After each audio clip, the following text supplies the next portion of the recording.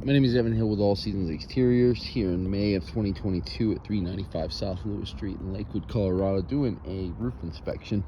One of the first things I noticed is the circled, maybe what could be a day or two old, marks here on this roof from what looks like a previous roofing company. And immediately when I started looking at them, trying to kind of actually see, what they were circling, it's quite difficult to tell here what we're actually looking at. But what a lot of roofing companies do is they're actually looking for anything that they can kind of turn into what may look like hail when they're looking at a roof like this, because it's potentially an insurance claim that they can make and potentially getting an insurance company to pay for a roof replacement. Now, the last storm here was August 19th 2021, and actually that storm really didn't even exist on the map here. It was actually much further northwest of here towards Golden and that area. So the hail that was reported here was less than even half an inch. So there is definitely damage to some of these shingles.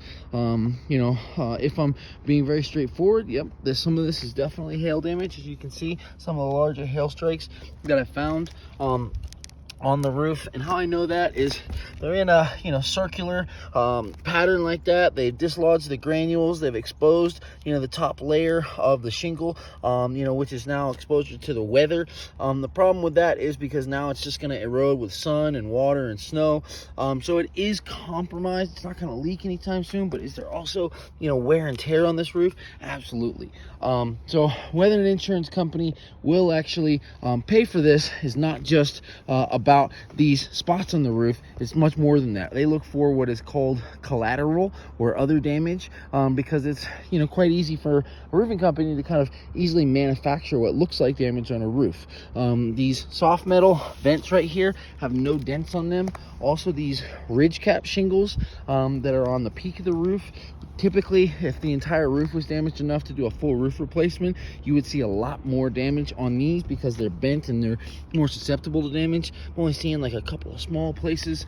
The other thing is the lack of collateral vents being dented up, and it's just like really small metal right here. So it's probably likely that the hail that does exist up here, the damage, is not from the 2019 storm. It's probably from 2017, because a lot of it's grayed out. So the problem with that is most insurance companies have a 1 year filing date from the date of loss that they'll cover. So yeah, there's definitely a lot of wear tear up here.